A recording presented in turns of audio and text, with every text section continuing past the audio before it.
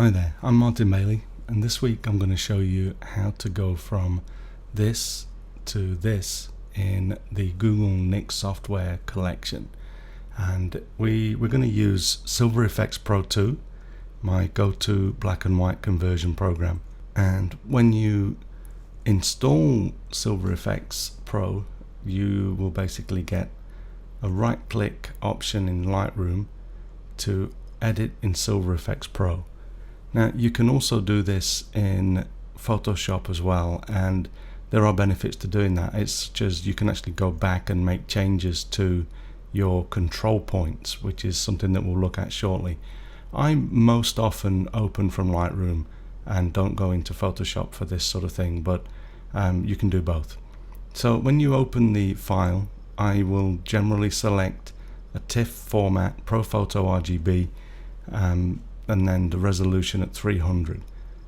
The bit depth, obviously, whenever you've got an opportunity to select more over less, most of the time it's better to select the higher, and no compression. Edit, and then Lightroom will create that TIFF file for us and open it in Silver Efex Pro 2.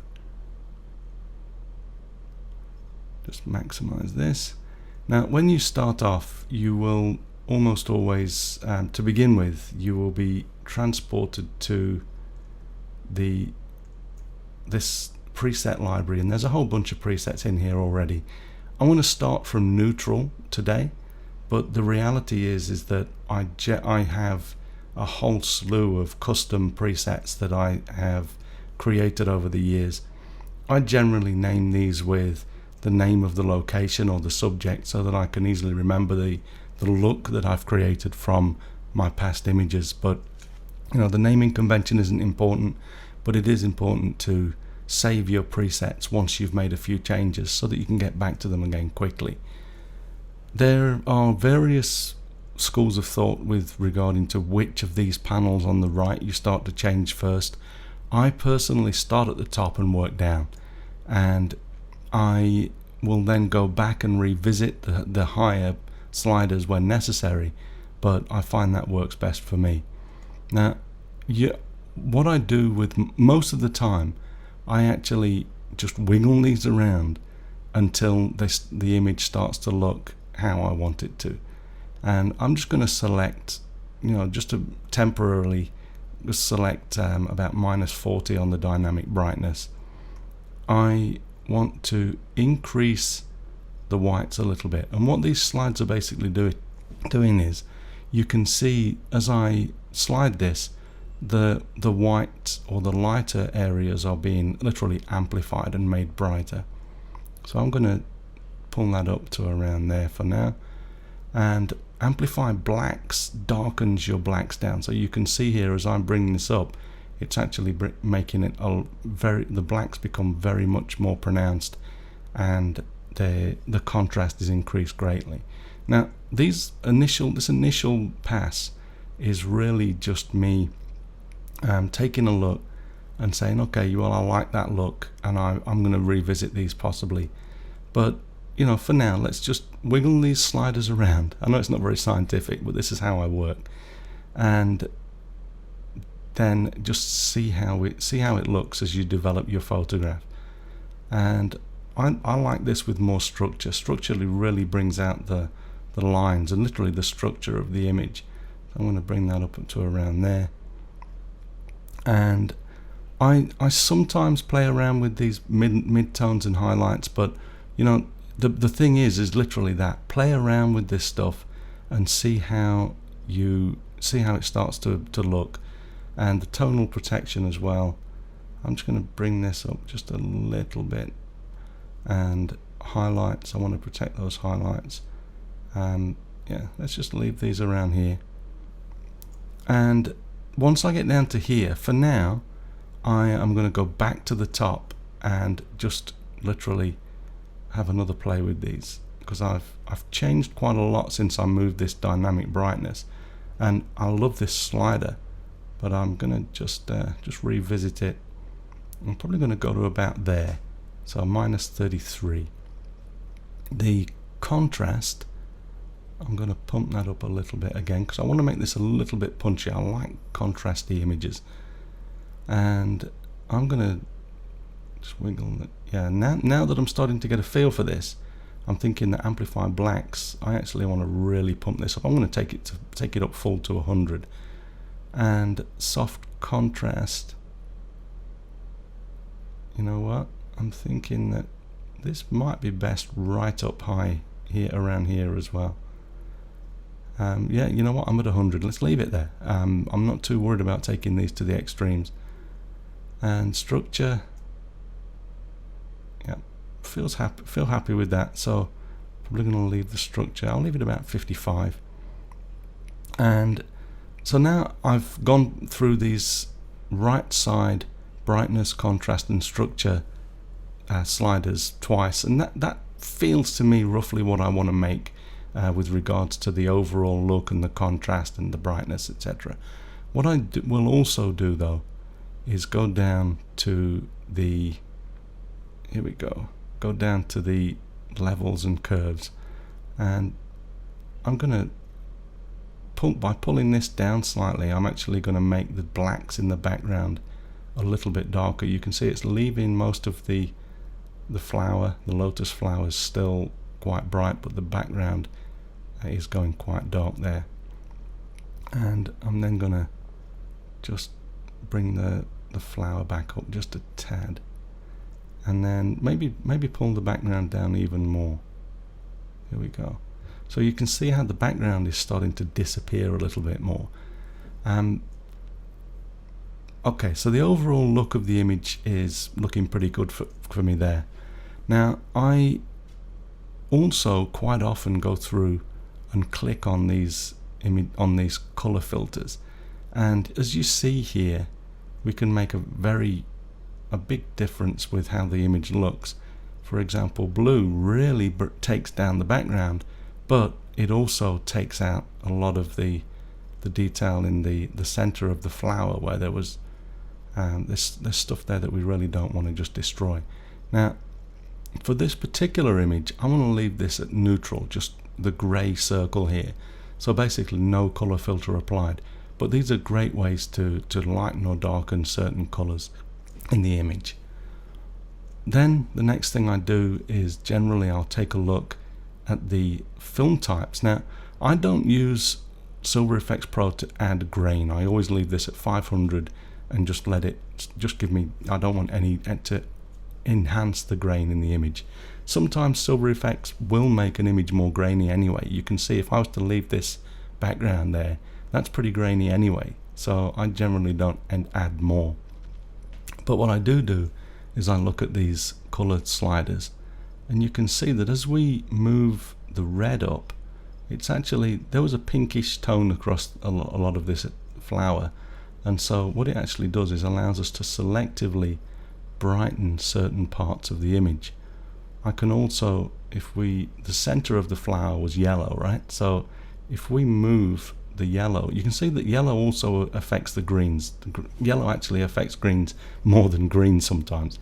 But I'm going to just bring this yellow down just a tad, maybe a little bit less than that. And then the greens, to get rid of that background a bit more, I'm going to take that down even further. And I doubt that there's any cyan. No, double click will reset these for you. And there shouldn't really be any blue in here either, so yeah, but I'll just check, double click, and then I'm going to take you see the violet, because that pink was in there, the violet actually enables me to bring out a lot of detail in the veins and the texture of the flower, so I'm going to actually bring that down to around there. Now, that again, it's getting closer to what I was looking for. I'm not going to mess with the hues and things. You can. There are ways to change the color toning. I used to do blue quite a lot, and it's a nice way to do sepias, but I generally don't do that, just to keep a uniform look across my black and white work. Again, though, play with this stuff if you want to. The vignette, I generally use Lightroom to add a vignette afterwards, because I can then change that as necessary later. and burn edges, gimmicky stuff, rarely use that. There are some uses, but we're not going to look at that today. So once you've done that, you can then, we're going to go in and start to use the selective adjustment control points, and that's how we really bring that black background through, or take the background down. And what I'm going to do is literally just click on the control point and change the size of the control point. Now when you drop these control points onto the image, it's important to note that they actually affect the tone, similar tones to what you drop them on. So as I do this, I'll show you, but we can take the brightness right down, and then if you open this up a little bit more, you can see we've also got an amplify blacks, and we can take the blacks even further down by amplifying them. And I'm going to, you could do other stuff if you were worried about, maybe you wanted to reduce the contrast or increase it. You can change all of that in here. You can also do selective coloring. I'm not going to do any of that today, but it's fun to play with. So once you've created that, remember I've just taken the brightness right down and amplified blacks right up. And then if you hold the Alt key on your keyboard and drag that, it will move, it will create a copy for you. Now you'll notice when I did that, the lotus flower itself got a little bit dark, because this is quite a big, I was moving it over this spot of lighter background here, but you'll notice that it's actually affecting the flower a little bit more. So what you can do there is just bring it down. I want a few of these points that don't affect quite such a large area. And again, I'm going to take that, hold the Alt key and drag one over here, and I might once again just make that a little bit smaller so that I can make some finer adjustments. And I might even create another one and just bring it to there, and then I can literally make copies of that and remove these other little spots in the background. There's a few spots down here that I might want to remove, and again keeping our eye on the rest of the image. And I think I'm going to take this, copy it over to this right side here and get rid of these last few pieces, and maybe another one up here to just take this down, and again just increase or decrease the size of that as you need to. Now that's given me pretty much, as you see, a black background.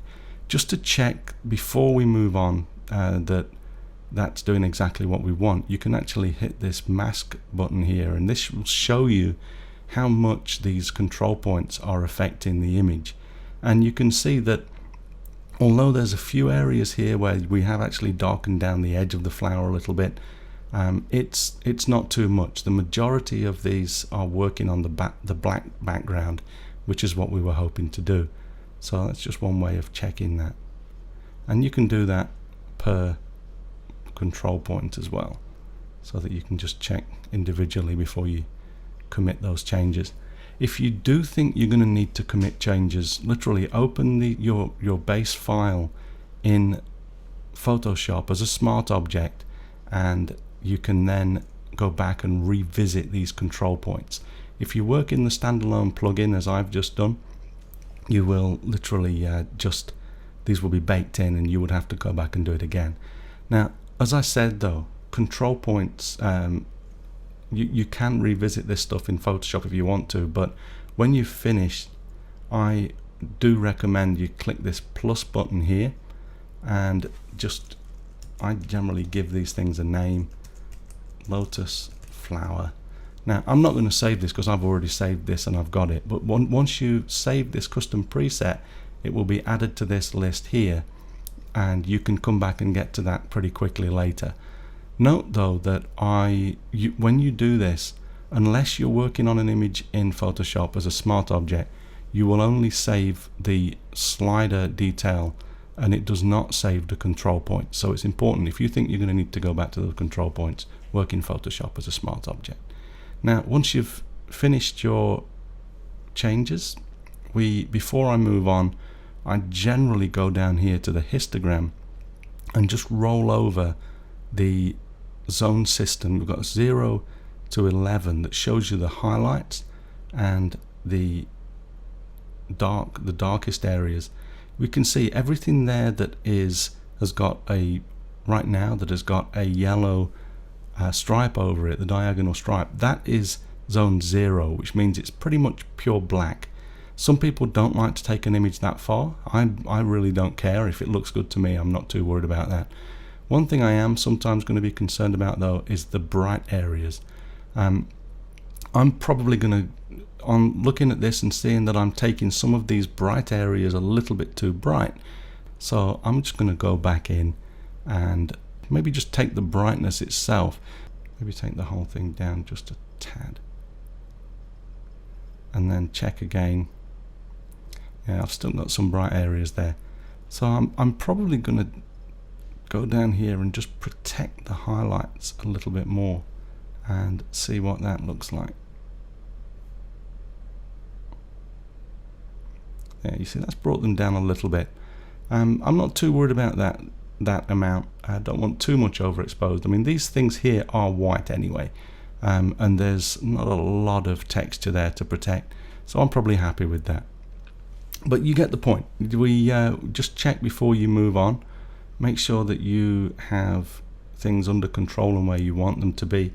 I might even consider grabbing one of these control points, again holding the Alt and just taking it over there to ensure that I get that right side dark as well. I want this black background to be really black, so I'm just going to continue to do that and just make sure that I've got pretty much all of these areas that I want it to be black totally plugged up. And there you go, there's a few other small areas. I'm going to leave it at that. Okay, so then you just literally save your image and you'll be taken back to Lightroom or Photoshop, whichever you're working in, and there you see it come through. So this is the final image. I generally, unless I'm going to use lens correction, some sort of automated or profile lens correction, I generally work on the raw file, the base raw file. I don't do a lot of work on the images. In fact, I'll just show you against the original image here. If we hit the D key and go into basic, you'll see that there's nothing done here. I don't do anything to the image before taking it into the Silver Efex Pro, because I find that it can, if you start to enhance the original, those enhancements can make things look a little bit wacky when you get over into Silver Efex Pro. But one thing that you can't do once you get out is the lens correction. You have to do that on the original raw file. So if you want to run that, do that first. You see how it just brightened up the corners a little bit. That's all it's doing to this, and I don't use this normally unless there's a problem, some distortion or stuff like that. So that's it though, and so that basically takes us from this to this in 5 minutes. If you're working on your own, doesn't even take 5 minutes. It can be a 3-minute job, and then, as I say, once you save your presets, it makes it even easier. So I hope that was useful, and if you want to catch up with me, you can obviously do that at martinbaileyphotography.com, and you can find my tours and workshops information here, my portfolios, and there's a shop with some prints and I've actually just released a series of desktop wallpaper, and these are actually, I'm doing this as a subscription, so you can actually subscribe for as low as $2 a month and you'll get 10 wallpapers free, and then you'll get a new fresh wallpaper sent to you every month for just $2 a month if you sign up for a year, and it's $2.80 if you sign up for a monthly subscription. So I hope to see you at the website though, and also I'm on Twitter, Facebook and Google+, and links to everything are on the website, either here or if you go over to the blog page, there's a followers section across here. You can subscribe to our newsletter and anything else that you might be interested. and there's over 430 blog posts and podcasts in the archive now. So I hope to see you there. Thanks very much for watching today, and I'll see you again soon. Thank you. Bye bye.